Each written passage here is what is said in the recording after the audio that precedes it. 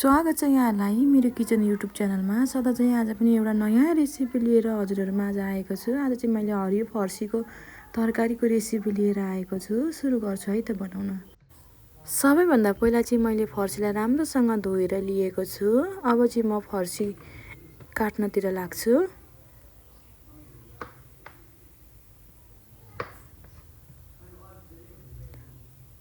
फर्सीको भित्रको भाग कलिलो भएकोले चाहिँ मैले फालेको छुइनँ। हजुरहरुलाई मन पर्दैन भने फाल्न पनि सक्नुहुन्छ।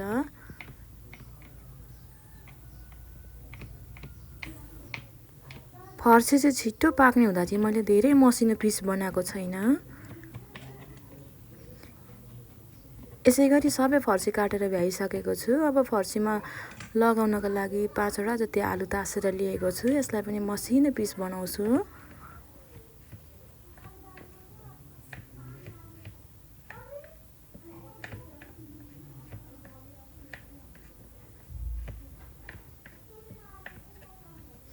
सबै आलु काटिसकेको छु। अब चाहिँ 2 वटा टमाटर लिएको छु। यसलाई पनि मसिनो बनाउँछु।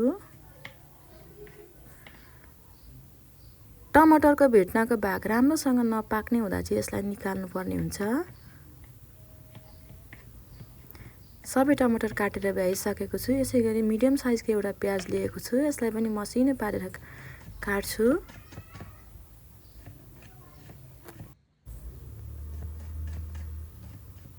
प्याज पनि यतिको मसिनो भइसकेको छ। ग्यास अन गरेर कराई बसाइसकेको छु।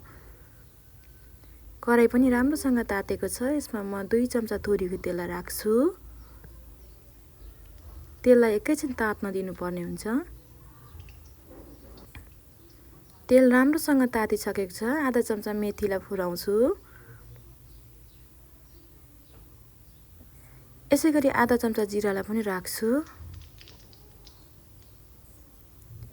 अब माथिबाट प्याजलाई पनि राख्नुपर्ने हुन्छ।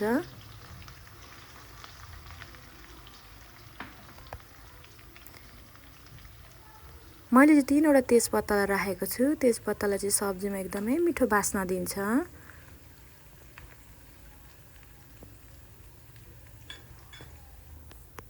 प्याजमा हल्का रातो रातो कलर आइसकेको छ। मैले चाहिँ सिलौटामा कुटेको अदुवा लसुन 2 चम्चा राखेको छु।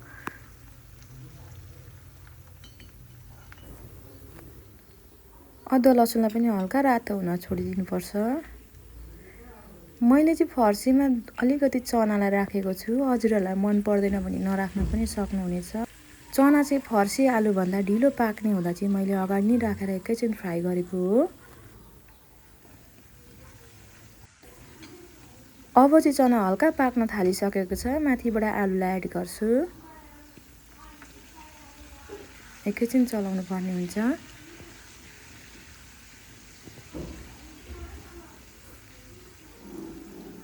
अब चाहिँ 1 चम्चा बेसारलाई राख्छु।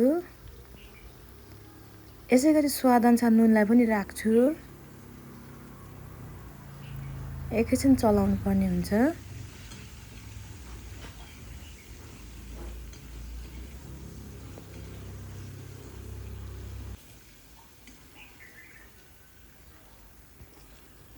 अब चाहिँ चना आलु हल्का फ्राई भइसकेको छ।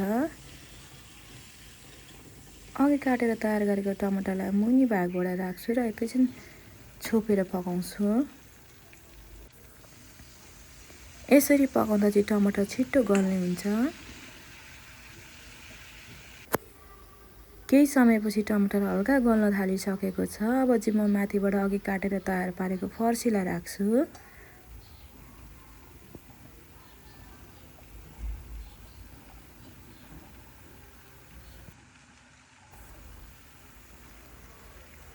सबै फर्सी राखिसकेको छु। अब राम्रोसँग चलाउनु पर्ने हुन्छ।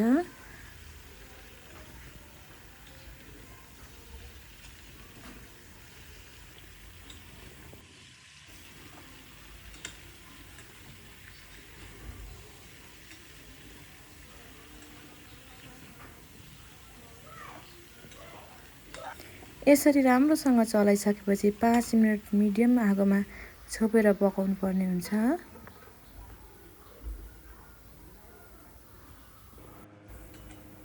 अब चाहिँ म छोपेको प्लेट निकाल्छु। र एकैछिन सब्जीलाई चलाउँछु। फर्सीबाट हल्का पानी निस्किन थालेको छ।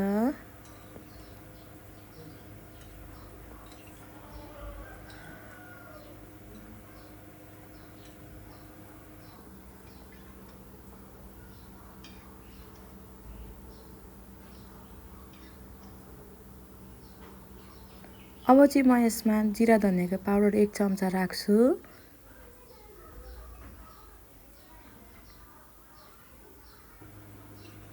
फेरि पनि चलाउँछु।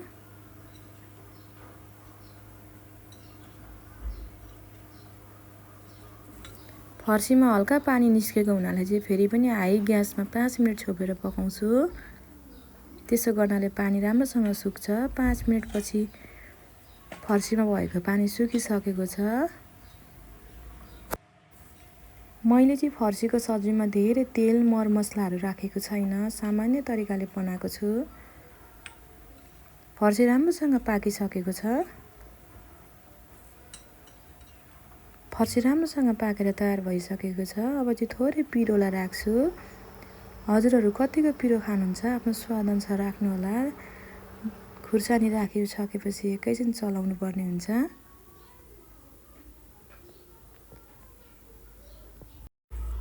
अब चाहिँ फर्सीको सब्जी पाकेर तयार भइसकेको छ। यहाँहरू पनि आफ्नो भान्सामा सजिलो अनि सिम्पल तरिकाबाट फर्सीको सब्जी यसरी नै बनाएर खान सक्नुहुनेछ। यहाँहरूलाई मेरो आजको भिडियो कस्तो लाग्यो? मन पर्यो भने एक लाइक, कमेन्ट र सेयर अवश्य गरिदिनु होला। यदि मेरो च्यानलमा नयाँ हुनुहुन्छ अनि सब्सक्राइब गर्नुभएको छैन भने प्लिज सब्सक्राइब पनि गरिदिनु होला। यस्तै